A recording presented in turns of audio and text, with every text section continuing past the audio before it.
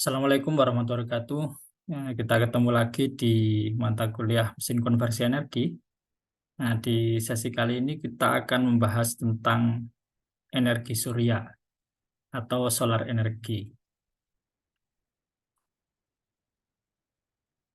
Nah, yang pertama kita bicara dari sisi klasifikasi. Jadi, penggunaan energi surya dalam kehidupan sehari-hari ini sebenarnya ada dua jenis gitu ya.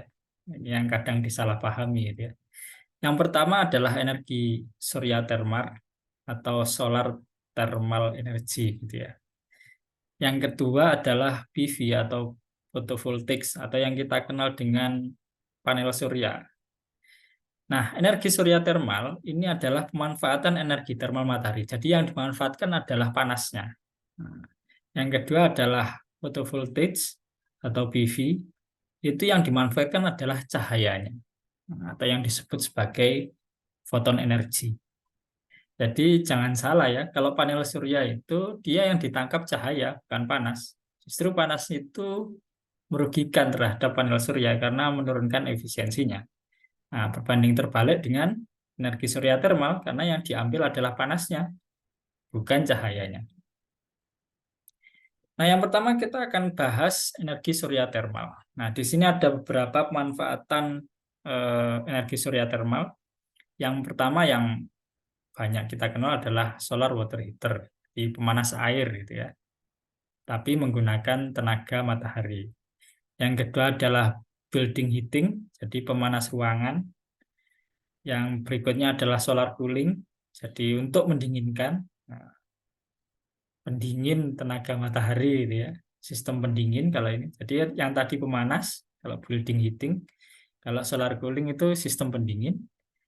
Yang berikutnya adalah solar thermal power, jadi pembangkit listrik tapi tenaga panas matahari, bukan pakai PV, bukan panel surya. Jadi PLTS tapi yang bukan panel surya gitu ya, tapi memanfaatkan energi termalnya matahari atau panasnya matahari. Yang pertama kita bahas solar water heater. Jadi pemanas air itu banyak ya. Ada yang pakai listrik, ada yang pakai gas, yang banyak di sini. Ada juga sebenarnya yang pakai energi matahari. Nah, di sini dia ada dua gitu, ada yang flat tube, yang tabung datar gitu ya. Terus ada yang evacuated tube. Nah, kalau flat tube itu di sini sebenarnya ada tabung di sini, ada pipa-pipa untuk mengalirkan air. Jadi air yang mau dipanaskan itu dilewatkan sini. Nah, sedangkan ini bagian datarnya ini, yang biru-biru ini, itu adalah kaca. Kita dan ada absorber plate gitu ya, ada plat logam gitu ya, yang digunakan untuk menangkap panas matahari. Biasanya platnya ini warnanya hitam, dicat hitam agar mampu menangkap panas matahari dengan maksimal. Nah, sehingga nanti panas itu baru diteruskan ke pipanya, sehingga air di dalam pipa itu menjadi panas, kemudian air itu dialirkan sesuai kebutuhan. Kalau evacuated tube itu bedanya pipanya pipa bulat-bulat gini. Memang cuma di sini sama. Jadi ada absorber plate, plat hitam itu yang menangkap panas matahari. Terus ada pelindungnya, pelindung kacanya, tapi bentuknya silinder sesuai dengan pipanya, gitu ya. Nah, itu bedanya. Mana yang lebih bagus? Yang lebih bagus tentu yang evacuated tube itu ya. Karena eh, istilahnya luas permukaan perpindahan panasnya lebih besar, gitu ya. Kalau ini kan yang nempel pipa itu cuma bagian atas saja sama bawah gitu ya. Nah, itu bedanya. Terus yang kedua adalah building heating. Jadi pemanas ruangan memanfaatkan panas matahari. Di sini ada dua jenis. Ada yang kita sebut sebagai sistem aktif, ada yang disebut sebagai sistem pasif. Bedanya apa? Kalau sistem aktif, maka seperti kita naruh pemanas ruangan gitu, yang model kayak AC itu. Nah, cuma dia memanfaatkan energi matahari. Jadi pasang tadi kolektor surya tadi, nah, terus dimasukkan panas airnya, yang air yang dipanaskan itu dimasukkan ke sini ke hot water tank, terus heat exchanger. Nah itu terus uap panasnya udara itu masuk melewati pipa ini, pipa panas, kemudian meneruskannya ke dalam ruangan. Terus kemudian dipompa yang dingin itu untuk dialirkan lagi melewati kolektor. Nah, itu disebut active system gitu ya. Karena pakai kolektor. Kalau yang pasif system itu hanya berupa pengaturan eh, ruangan gitu. Jadi misalnya pakai insulated walls, jadi dindingnya itu dikasih insulasi sehingga panas dalam ruangan tidak mudah keluar gitu ya. Pakai skylight. Skylight itu kayak atap yang transparan itu ya, sehingga panasnya bisa masuk. Terus facing window, jendela yang besar sehingga panas juga mudah masuk. Nah, yang seperti itu. Nah, jadi tidak ada heat exchanger di situ. Itu istilahnya di sini itu kalau sistem pasif ya hanya pengaturan saja gitu. Misalnya pengaturan rumahnya atau ruangannya saja. Kalau sistem aktif dia pakai heat exchanger. Berikutnya lawannya heating adalah cooling gitu ya. Jadi sama gitu ya. Sebenarnya pemanas dan pendingin itu dua hal yang mirip ya. Jadi dua hal yang bolak-balik saja. Hanya bedanya mana yang dimanfaatkan. Kalau pemanas yang dimanfaatkan panasnya, kalau pendingin yang dimanfaatkan dinginnya. Karena kan setiap ada panas pasti ada dingin gitu ya. Kalau panas di satu bagian, maka ada dingin di bagian yang lain. Kayak AC itu kan, oh ruangan di dalam dingin, tapi sebenarnya yang dibuang dari AC keluar itu panas gitu. Begitu juga kulkas. Nah, di sini maka teknologinya sama, pakai solar kolektor ya. Di sini ada solar kolektor, sini juga ada solar kolektor. Nah, tinggal bagaimana mengatur aliran dari fluidanya saja. Maka fluida yang digunakan di sini, baik AC maupun kulkas adalah fluida yang bagian dinginnya, bukan bagian panasnya. Oke. Yang terakhir di bagian solar thermal adalah pembangkit listrik tenaga solar thermal, gitu ya. Pembangkit listrik tenaga panas matahari. Nah, kalau di sini sistem helio ya, jadi ada semacam tower yang tinggi, terus di situ ada penangkap panasnya, pengumpul panasnya, terus di sekelilingnya ini dipasang semacam cermin gitu ya, cermin-cermin yang digunakan untuk memantulkan sinar matahari ke bagian atas ini. Jadi nanti sinar matahari yang dipantulkan itu semua terkumpul di sini panasnya. Nah, panas di sini itu sebenarnya dimanfaatkan untuk menguapkan fluida. Nah, fluida di sini biasanya pakai air gitu ya. Nah, sehingga menjadi di sini itu sama dengan PLTU gitu. Nah, jadi ini pemanasan di sini itu digunakan untuk menguapkan air. Jadi sistemnya menguapkan air di boiler gitu ya. Nanti uapnya itu mengalir untuk memutar turbin. Jadi ini PLTU biasa gitu ya. Cuma panasnya bukan dari hasil kita bakar bahan bakar seperti batu bara gitu ya, gas, tapi yang dimanfaatkan adalah PLTU di sini adalah memanfaatkan panas matahari untuk menghasilkan uap air. Yang berikutnya, kalau tadi energi surya termal sudah, berikutnya adalah PV atau photovoltaics. Nah, itu yang kita kenal dengan PLTS yang umum kita ketahui gitu ya. Nah, di sini itu bukan memanfaatkan sinar matahari ya, yang dimanfaatkan adalah cahayanya, bukan panasnya. Malah panas itu berkontribusi negatif terhadap PV, terhadap panel surya. Nah, maka energi cahaya matahari itu lebih dikenal sebagai energi foton. Makanya panel surya itu bisa juga menangkap cahaya yang bukan matahari.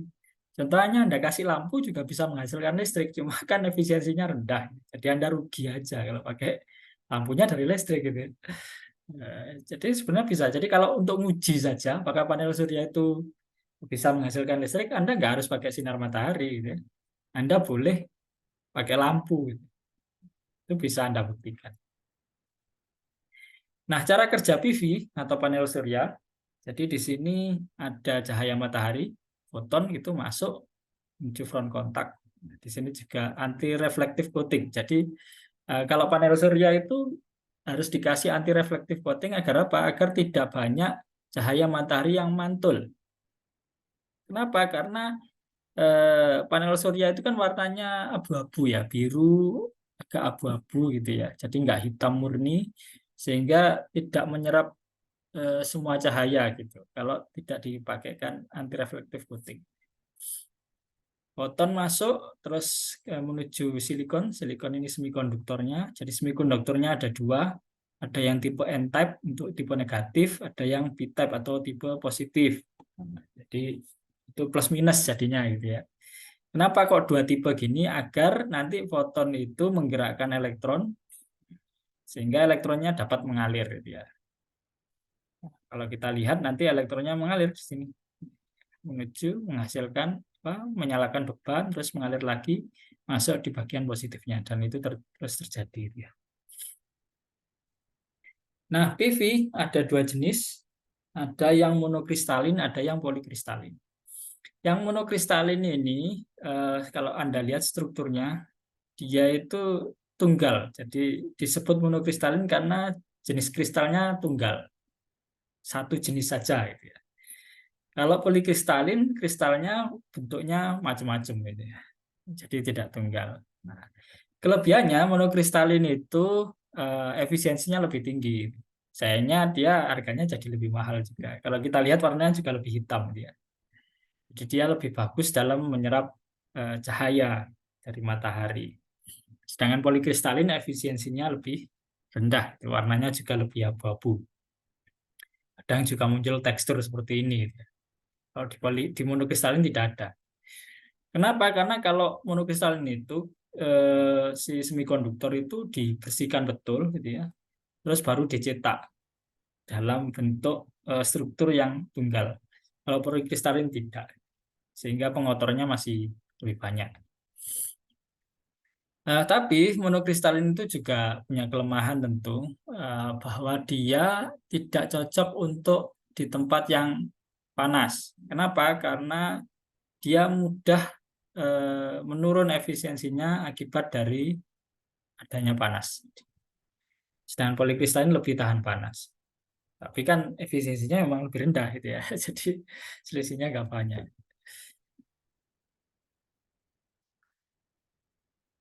Kemudian yang terakhir kita jelaskan tentang sistem PLTS. Jadi sistem PLTS pada dasarnya ada tiga. Ada off-grid, ada on-grid, dan ada hybrid. Apa itu? Yang pertama off-grid. Off-grid ini yang stand alone atau yang bisa berdiri sendiri. Jadi dia tidak terhubung dengan sistem yang lain, dengan pembangkit yang lain. Makanya di sini sistem off-grid ini itu terdiri dari panel surya, inverter, dan baterai. Sehingga dari apa namanya? Oh ini cas controller ya. Panel surya ke cas controller, ke baterai, ke inverter. Baru ke bebannya. Jadi dia harus punya penyimpan energi kalau off grid gitu. Itu yang diperlukan biasanya sih pakai baterai. Nah, di sini sehingga tidak perlu sumber energi lain kalau off grid. Cukup PLTS. Nah, yang harus diperhitungkan ketika off grid itu nanti ada yang disebut autonomy day gitu, autonomy time. Jadi waktu otonom. Jadi waktu yang penyimpanan energi itu harus ada surplusnya. Jaga-jaga kalau terjadi eh, situasi cuaca yang mendung, gitu ya, atau cuaca yang hujan deras, yang buruk, gitu ya, sehingga panel surya tidak mampu menghasilkan energi yang mencukupi, maka dia harus punya surplus. Itu yang perlu diperhatikan. Yang kedua adalah on grid. Nah, kalau on grid ini tidak perlu penyimpanan, karena surplusnya kemana? Surplusnya akan dialirkan ke jaringan listrik PLN gitu ya. Electricity grid itu jaringan listrik PLN. Jadi ada jual beli, mekanisme jual beli gitu ya. Nah, di mana waktu siang panel surya kan menghasilkan energi berlebih ya, selain diarahkan ke beban, terus dia kan ada kelebihan. Nah, itu dikirim ke PLN. Nah, ketika mendung, kalau nggak mencukupi, selain diarahkan ke beban tapi nggak cukup, maka dia sebagai ngambil dari PLN. Nah, kalau case-nya di malam hari, maka ini nggak berproduksi, maka dia ngambil langsung dari PLN. Nah, jadi istilahnya dia jual di siang hari, dia beli ketika memanfaatkan energi listrik dari PLN.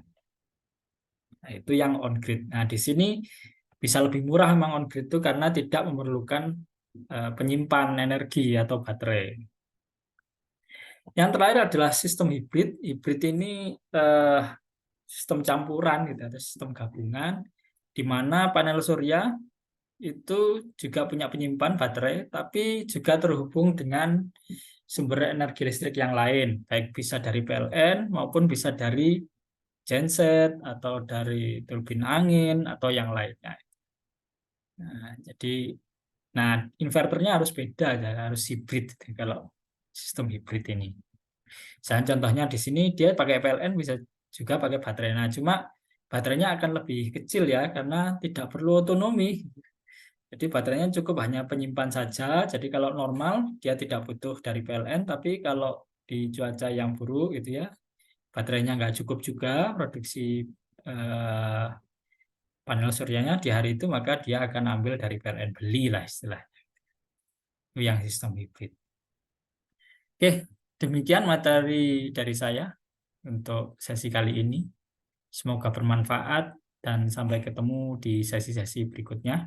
Saya tutup. Wassalamualaikum warahmatullahi wabarakatuh.